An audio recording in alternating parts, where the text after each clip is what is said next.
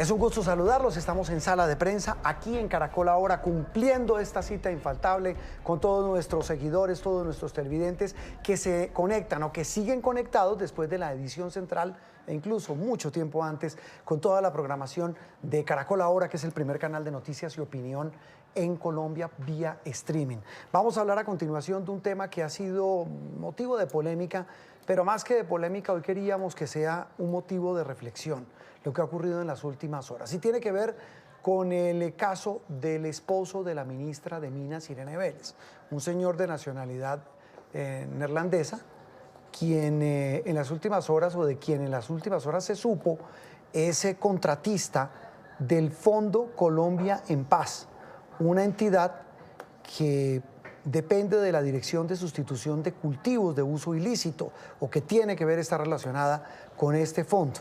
El director de ese fondo es Camilo Andrés Cetina y ha dicho que el cargo en el que contrataron con una asignación mensual de aproximadamente 10 millones de pesos al señor esposo de la ministra, se creó ese cargo por petición de la Dirección de Sustitución de Cultivos de Uso Ilícito. Dicen que no hay nada ilegal en el contrato. La ministra, pues, presurosa, salió a emitir un pronunciamiento vía Twitter en el que, otras cosas, pues dijo una cosa medio insólita, que cuando le preguntaron si había algún problema de conflicto de intereses a su ingreso al Estado, ella dice no. Después, cuando debió corregirlo, cuando su esposo entró a trabajar a esa entidad del Estado, dijo que fue un error de digitación.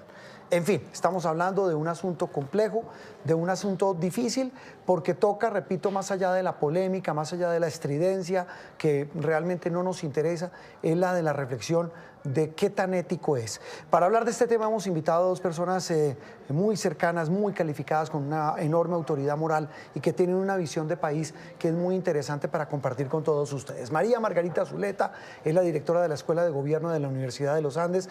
María Margarita, un gusto saludarla. La Paca Zuleta, un gusto que esté con nosotros. Buenas noches, Juan Roberto, y muchas gracias por la invitación. Muy bien. Y Andrés Hernández, que es el director de Transparencia por Colombia, también muy amigo de esta casa, lo consultamos de manera frecuente para hablar de asuntos que tienen que ver con eso, con la transparencia, que al final del camino creo que es lo más importante. Andrés, como siempre, un gusto. Buenas noches, Juan Roberto. Muchas gracias por la invitación y un saludo a Paca también. Para poner en contexto, lo hemos hablado desde esta mañana, pero antes de una primera impresión de ustedes, quiero invitarlos, y lo mismo a nuestros televidentes, a ver un recuento que hizo nuestra periodista María Camila Roa de este episodio, que repito, más allá de lo ilegal, de los ribetes que tenga y de lo que hablaremos con ustedes a continuación, ella condensó en el siguiente reportaje. Veamos. Trabajar. El director del Fondo Colombia en Paz dio su explicación. Dijo que recibió la hoja de vida del holandés Geert van Grutest, esposo de Irene Vélez, sin conocerlo, y que al revisar la solicitud para su contratación no se evidenció que hubiera conflicto de intereses para que ejerciera la labor de realizador audiovisual por un valor de 10 millones de pesos mensuales. Tampoco existían inhabilidades, tampoco existían incompatibilidades. Entonces, el señor no tiene, digamos, desde el punto de vista legal, no tiene ningún impedimento para poder suscribir un contrato con nosotros y en general con el Estado, diría yo. Al preguntarle directamente al director del programa de sustitución de cultivos ilícitos, Felipe Tascón, dijo que fue su equipo de comunicaciones quien hizo la selección de la hoja de vida, que confía en su criterio y que el perfil de Van Grutest es el de un documentalista con un currículum envidiable, soportado en premios nacionales e internacionales. Es decir, si mi jefa fuera Irene Vélez, usted o los que están haciendo los comentarios tendrían razón, pero no tengo ninguna subordinación. Además, algo que aquí hay es que el 99% de los técnicos, los profesionales que tenemos son colombianos, tienen ciudadanía colombiana, y aquí tenemos cero xenofobia. Y aunque no hay irregularidad en la vinculación, sí se cuestiona que solo hasta que se conoció públicamente el contrato de su esposo, la ministra cambió su formulario de función pública reconociendo un posible conflicto de intereses. Yo creo que este gobierno creó mucha expectativa política en el país sobre cambiar la forma de hacer las cosas, ir contra esa política tradicional donde se contrataba a los amigos para pagar favores políticos o familiares. Luego el país sí está esperando que lo que haga este gobierno sea leccionante, que se note el cambio. Y hasta el momento lo que estamos viendo es que seguimos en las mismas de siempre.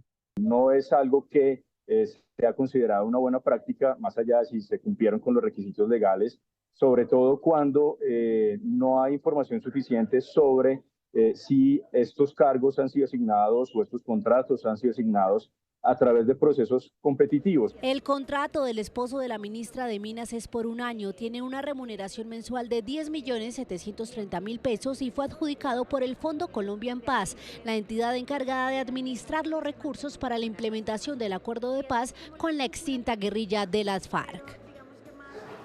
Bueno, tengo muchas inquietudes, arranco con la Paca Zuleta. El exmagistrado Arrula dice una frase y quisiera su opinión, Paca, dice, seguimos en las mismas. El tema, más allá de que sea ilegal, de los tecnicismos, de lo que ya también hablaremos, quiero ese primer brochazo, Paca. Seguimos en las mismas, es decir, es un tema de un círculo de favores, de amistades, de privilegios, que al final del camino pues se terminan normalizando. Digamos, perdón que me refiera a que, en efecto, la ley no prohíbe esta situación. Y si nos quedamos en el tema de la ley, pues perdemos un poco la mirada a la integridad con mayúscula, mirar en la película completa. Y yo creo que ahí sí hay una dificultad. Y es, las personas son libres de trabajar donde quieran trabajar y donde las llaman a trabajar. Sin embargo, yo sí estoy de acuerdo con el exmagistrado Arrula. Las personas estaban esperando que el presidente Petro y su gobierno cumplieran una promesa, y era una promesa contra las críticas, es decir, de seguir por la línea que siempre había pregonado el presidente Petro como representante de la Cámara y como senador. No hay ninguna inhabilidad ni ninguna incompatibilidad, insisto, pero lo que sí es cierto es que hay una ministra que tiene y su marido trabajan para el mismo gobierno. Esa situación la criticó Petro muchas veces en relación con muchísimos funcionarios públicos. Entonces, no se trata de hablar de inhabilidades e incompatibilidades, se trata de actuar de la forma como se habla, se trata de coherencia en esa prédica de la integridad. Esa coherencia, Andrés, no solamente se le debería pedir a la ministra Irene, porque es que estaba aquí viendo la lista y hoy en varios medios se ha publicado. Mire, el ministro de Hacienda, su esposa trabaja en el Estado, aunque dice el ministro se defiende, incluso dice que es mejor que ella, que no sé si ese sea un argumento. Dice, ella lleva muchos años, pero casualmente la ascendieron en la entidad donde trabaja a partir de septiembre, un mes después del ingreso de la llegada al gobierno de Gustavo Petro. La ministra de Trabajo tiene 2 hijos también trabajando con el Estado. El director del DAPRE, su esposa, también trabaja con el Estado. Es también en esa misma onda de reflexión que hace la PACA, Andrés, y es esto, es un poco de coherencia. Yo creo que ahí está el quid del asunto, por llamarlo de alguna manera. Sin lugar a dudas, Juan Roberto, coincido plenamente en que este es un tema de un plano de integridad, de ética pública, sobre el cual nos sigue costando en el país tratar de generar cambios concretos, y esos cambios concretos vienen en actuaciones como estas. Yo creo que, de nuevo resumiendo, no es ilegal, pero es muy inconveniente a la luz no solamente de lo que esperaba el país en términos de esa expectativa de cambio, en términos de las prácticas de la gestión de este gobierno, sino también de lo que en general la ciudadanía está esperando en términos de una manera distinta de hacer las cosas. Y me parece muy importante lo que dice Juan Roberto en términos de que no solamente el caso de la ministra de Minas, sino que empiezan a aparecer a lo largo del día una cantidad de situaciones similares donde, de nuevo, lo que está en cuestión, lo que queda sobre la mesa es una sensación de falta de coherencia, de alguna brecha en términos de la integridad y, por lo tanto, una decepción hacia la ciudadanía de por qué estas cosas no pueden parar, por qué estas cosas tienen que seguir sucediendo. Y lo mencionaba en otro espacio, yo creo que, de nuevo, y como lo decía Paca, la gente tiene el derecho a trabajar, por supuesto, pero estas cosas no quedan bien, menos para gente del alto gobierno que, de nuevo, está tratando de mandar un mensaje de cambio hacia otro rumbo a hacer las cosas. Estamos ante un problema grande de comprender el alcance de esa integridad pública, pero más que lo comprenda la sociedad es que se lidere con el ejemplo. Ahí este caso nos plantea todavía una brecha grande por resolver en el país. Una brecha enorme. Sé que el tema no es de Manzanillos ni de Leguleyos, Andrés y Paca, pero quiero una opinión de los dos. No hay nada ilegal, no hay una inhabilidad.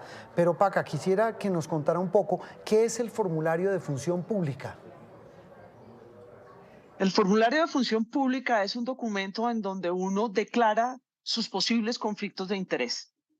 Es decir, qué hermanos tengo, dónde tengo inversiones, dónde he trabajado con anterioridad, dónde puedo llegar a tener vínculos de afecto y vínculos de afinidad.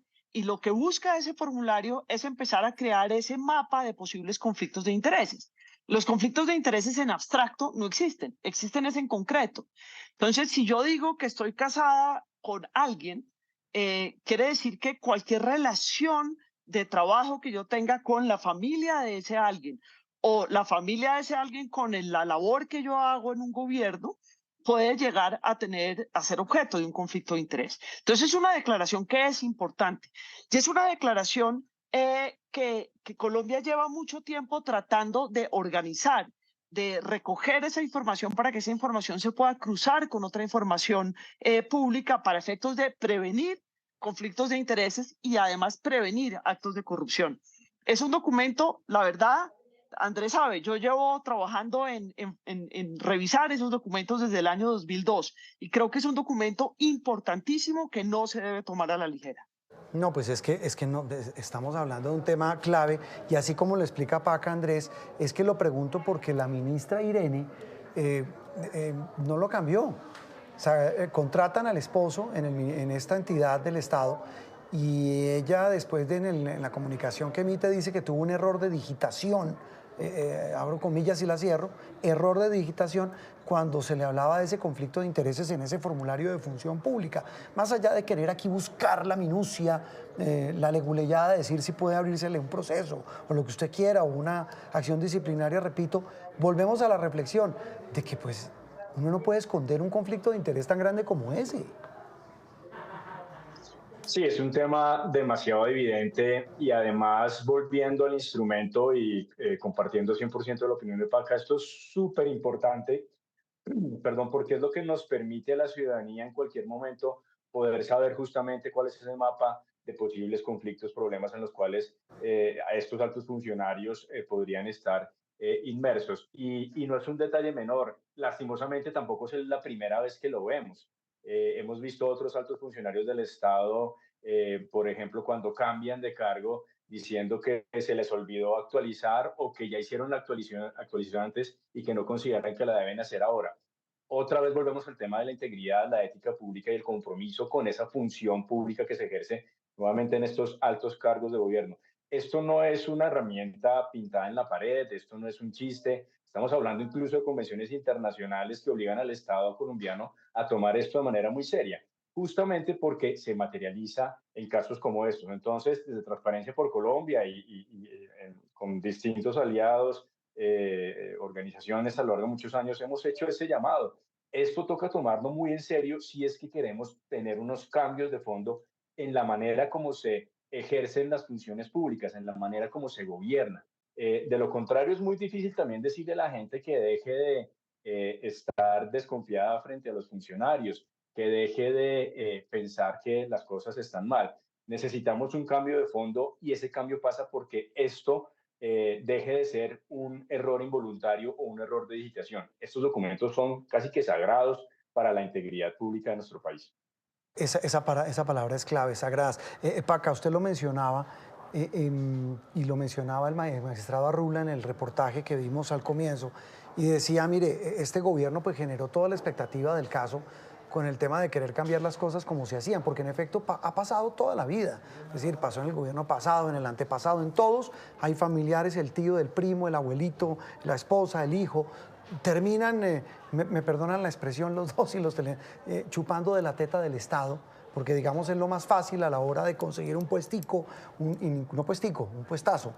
Pero es decir, aquí esa reflexión muestra que el poder al final del camino embriaga me corrige, es decir, es un poder demasiado inmenso y pareciera que la tentación es enorme frente a ese tesoro tan grande que es el poder inmenso que tiene el Estado. Yo creo que aquí tenemos que pensar en dos cosas, Juan Roberto. A mí no me parece sano que miembros de la familia trabajen en los mismos lugares, ni públicos ni privados. Sin embargo, esa es una opinión. Hay otros que pueden opinar otra cosa y están en su derecho de pensar otra cosa y me parece que es válido. El punto es hacerlo con la información, mostrándole a la gente la información. Cuando hay dos personas que tienen una relación, que porque son hermanos o porque son pareja, que trabajan en el sector público y todo el mundo lo sabe. Eso es algo que se declara, que la comunidad lo conoce. Puede que yo no esté de acuerdo, que alguien no esté de acuerdo, pero hay una declaración. La gente lo informa y lo informa oportunamente, declarando que existe un eventual conflicto. Y yo creo que eso es parte de lo que ha faltado. Hay algunos casos en el pasado donde también hubo personas digamos, con relaciones cercanas en gabinetes o en distintos puestos públicos. Puede que no estemos de acuerdo, no está prohibido, pero hubo una declaración. Y yo creo que ahí hay una diferencia entre este caso y el caso del que usted hablaba del ministro de Hacienda. El ministro, la gente lo sabía, el ministro lo habló, lo explicó en el momento en que lo nombraron. Y yo creo que ahí hay una diferencia que es fundamental. Y de eso se tratan formularios como este, documentos como este, de lo que se trata es de decir, de entrada, dónde yo voy a tener un posible conflicto de intereses. El conflicto de intereses no se da en abstracto, se da en concreto, se da en un caso concreto. Y lo que hacen estos documentos es advertirlo. Y la advertencia la podemos hacer con esos documentos o con declaraciones de las personas también, aunque el documento existe por una razón. Entonces puede que a uno no le parezca, pero como las reglas del juego tienen que ver más con qué es lo que dice la regla del juego y menos con lo que nos parece, debemos separar las dos cosas. ¿Qué pasa legalmente? ¿Qué pasa desde el punto de vista político y la promesa de valor que había hecho el gobierno de que estas circunstancias no se repitieran? ¿Y cuál es el manejo individual que cada una de estas personas le da al conflicto? Y creo que ahí vale la pena subrayar la diferencia. Esa promesa de valor, aquí hemos hablado, Paca, muchas veces, y Andrés quiere su opinión, de la ley. En Colombia hay leyes para todo, sobre todo para incumplirlas. Me da pena ser tan agreste, pero creo que es así. Eso, ustedes me corregirán y arranco con Andrés, no hacía parte del famoso estatuto anticorrupción, de la ley anticorrupción y de esa consulta anticorrupción, porque al final del camino sí es un tema que abre una puerta enorme y gigante para que una indelicadeza y que esa promesa de valor, me encanta esa frase que plantea la Paca, termine convertido en que la corrupción se normaliza. Entonces, si puedo contratar a mi esposo, que mi esposo lo lleven para otro cargo, pues puedo hacer cualquier otro tipo de cosas. Y yo creo que a la larga esa es la reflexión, ese es el espíritu. Pero a nivel de norma hay algo que en algún momento se pretendió incluir y que pues obviamente ni a ejecutivo, ni a legislativo, ni a judicial conviene que esté incluido. Pues en efecto, este formato de la declaración de conflictos de interés viene siendo casi que una victoria muy importante que se logra impulsada por la consulta anticorrupción, pero los formatos de conflictos de interés existen, Paca me corregirá, desde la Convención Interamericana contra la Corrupción de 1997, y lo que pasa es que esto no era público y se logró con esta ley posterior a la consulta anticorrupción que fuera obligatorio no solamente que se presentaran declaración de conflicto de interés, declaración de bienes y declaración de renta para todos los servidores públicos, sino además que fuera disponible a la ciudadanía. Y en medio de todo esto yo quiero celebrar y destacar que hoy estemos hablando de esos instrumentos que pueden ser consultados por cualquier persona en la página de Función Pública, y también quiero celebrar además que el contrato se haya podido encontrar en la plataforma de contratación pública y en el marco de una apuesta que el Fondo Colombia en Paz hace por abrir la contratación, cosa que no hemos visto en el pasado. Eso solamente lo hemos empezó a ver desde hace unos meses para acá. Entonces, en medio de todo eso, yo quiero celebrar que esos instrumentos que a veces parecen un poco ineficientes, que parece que se quedan por ahí en una plataforma, una ley, pareciera que están funcionando, la gente los está reconociendo y creo que la invitación, parte de la reflexión debe ser, oiga, cada persona frente al ministro, ministra o tomador de decisión que le interesa, conoce si ya tiene su declaración de conflicto de interés, nos puede ayudar a verificarla si está correcta y ese es un trabajo grande que tendremos que hacer entre toda la ciudadanía. Es imposible que una sola entidad lo haga, entre otras cosas, porque la ley no necesariamente deja muy claro cuáles son las sanciones por este tipo de errorcitos o por el incumplimiento. Pero cierro y volviendo a la pregunta diciendo que sí es muy importante que estas leyes existan justamente para que estos casos se puedan conocer, para que estos casos se puedan discutir ante la opinión pública. Por supuesto, las leyes no van a resolver como una varita mágica este problema de abuso de poder, de hasta a veces riesgos de nepotismo o de corrupción.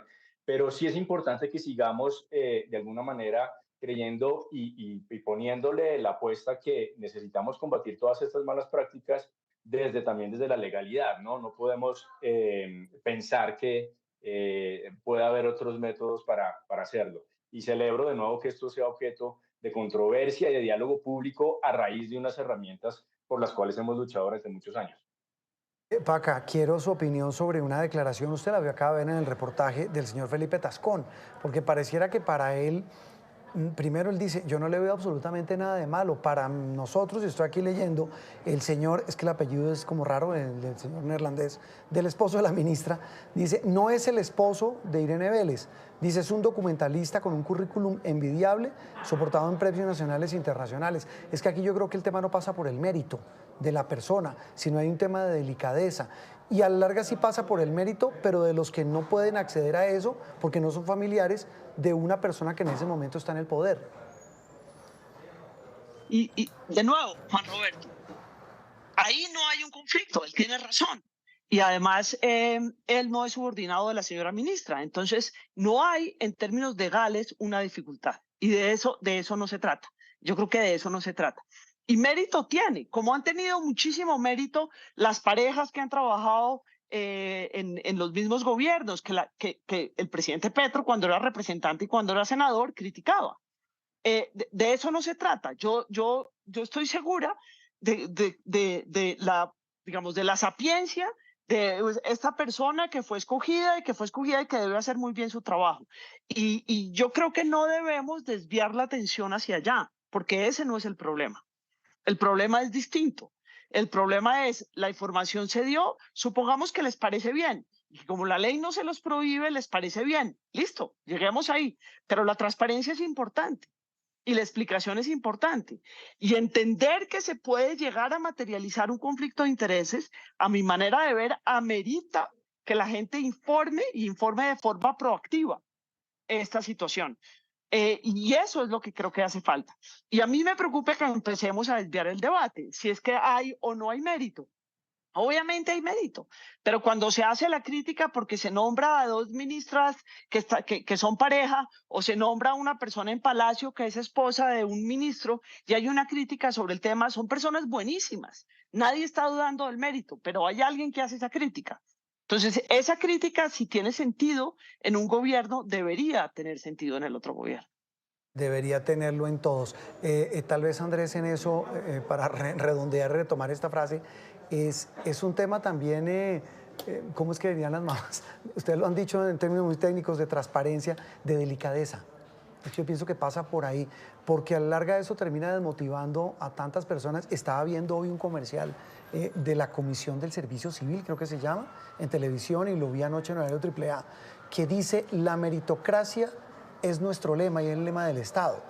Pues al final del camino termina convertido en carreta. Mire las ternas para escoger fiscal, para escoger magistrados. Al final del camino no es solamente familiares, porque ese, digamos, es un punto. El otro es que todo termina siendo contactos, todo termina siendo, no quiero ser simplista en mi conclusión, pero es lo que la gente que nos está viendo y la gente que le dice a uno, la famosa rosca, si usted no está en la rosca, eso es lo malo de la rosca, no estar en ellas, y es no estar metido.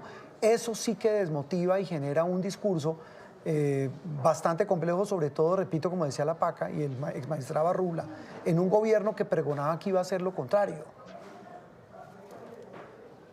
Yo estoy de acuerdo, Juan Roberto. Yo creo que el gran daño que le hace este tipo de casos a la conversación pública, a la confianza de la ciudadanía hacia las instituciones, es que precisamente esa es la idea que se reitera y la idea que queda en la cabeza de las personas que están tratando de, a punta de mérito y a punta de darse a conocer por sus capacidades, tratar de llegar a un puesto, a un cargo. Y este tipo de casos lo que hacen es alimentar aún más en la noción colectiva que la única manera de conseguir las cosas es a punta de contactos y a punta de favores. Yo sí me pregunto de todas formas si hubo algún tipo de proceso medianamente competitivo alrededor de la selección de la persona. Tampoco quiero entrar en el tema del mérito y las calidades que pueda tener, pero eso no es un detalle menor. Yo creo que tratar de desviar la atención a decir es que mi equipo de comunicaciones lo escogió y confió en mi equipo de comunicaciones,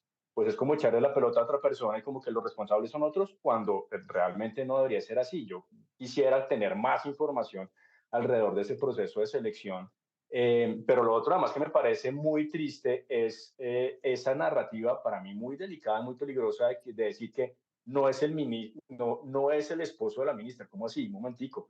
No nos desvíe otra vez el debate, porque es que esa es la realidad. Entonces, si empezamos a decir que no es el esposo de la ministra, empezamos a alimentar una cantidad de escenarios de desinformación, donde de nuevo, donde salimos perdiendo, somos todos los ciudadanos frente a la confianza que deberíamos tener hacia nuestros gobernantes. Entonces, es la verdad lamentable esta situación.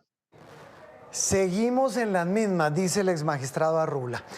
Paca, un gusto saludarla, de verdad, gracias por habernos acompañado. María Margarita Zuleta, de la Escuela de Gobierno de los Andes, muy amable. Muchas gracias, Juan Roberto. Hasta luego. Andrés Hernández, de Transparencia Internacional, gracias por estar con nosotros. Un abrazo. Juan Roberto, mil gracias. A ustedes muy amables, terminamos hoy Sala de Prensa aquí en Caracol.